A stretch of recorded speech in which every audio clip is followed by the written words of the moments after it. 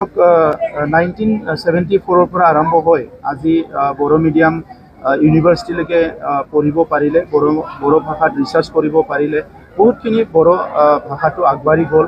মই সেই সময়ত বড়ো ভাষা আন্দোলনত যিসকলে দায়িত্ব লৈছিলে এই শ্বহীদসকলক আজি শ্ৰদ্ধাঞ্জলি জনাইছোঁ আৰু বড়ো ভাষাটো আগুৱাই নিয়াৰ কাৰণে বড়ো মিডিয়ামটো স্থাপন কৰাৰ লগতে বড়ো ভাষাটো আগুৱাই লৈ অহাৰ কাৰণে উন্নতকৰণ কৰাৰ কাৰণে যিসকল আমাৰ বড়ো সাহিত্য সভাৰ প্ৰতিষ্ঠাপক সভাপতি সম্পাদকৰ পৰা আদি কৰি যিসকলে দায়িত্ব ল'লে আমাৰ বহুতখিনি সাহিত্যিক আছে, বহুতখিনি লিখক আছে, বহুখিনি গৱেষক আছে ভাষাৰ, এই গোটেই সকলোকে মই আজি শ্ৰদ্ধাঞ্জলি জনাইছোঁ।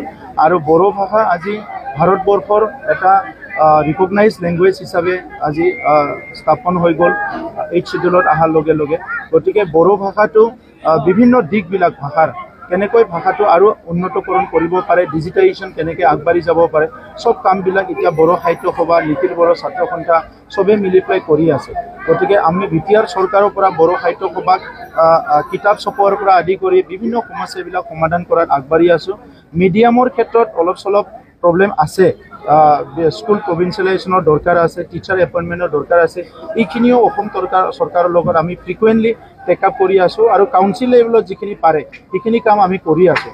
আৰু মেইনলি টেক্সট বুক যিটো আছে, টেক্সট বুকটো যাতে ইৰ'ৰ ফ্ৰী হয় আৰু টেক্সট বুকটো যাতে এডিকুৱেট হয়, এইটো এই বছৰৰ আমি লক্ষ্য হিচাপে লৈছোঁ, যাতে এই বছৰৰ অন্ততঃ কোনো টেক্সট বুক নোপোৱাকৈ ল'ৰা ছোৱালী নাথাকে আৰু টেক্সট বুকটো যাতে শুদ্ধ হয়, এই দুটা বিষয়টো আমি বহুত গুৰুত্ব দিছোঁ।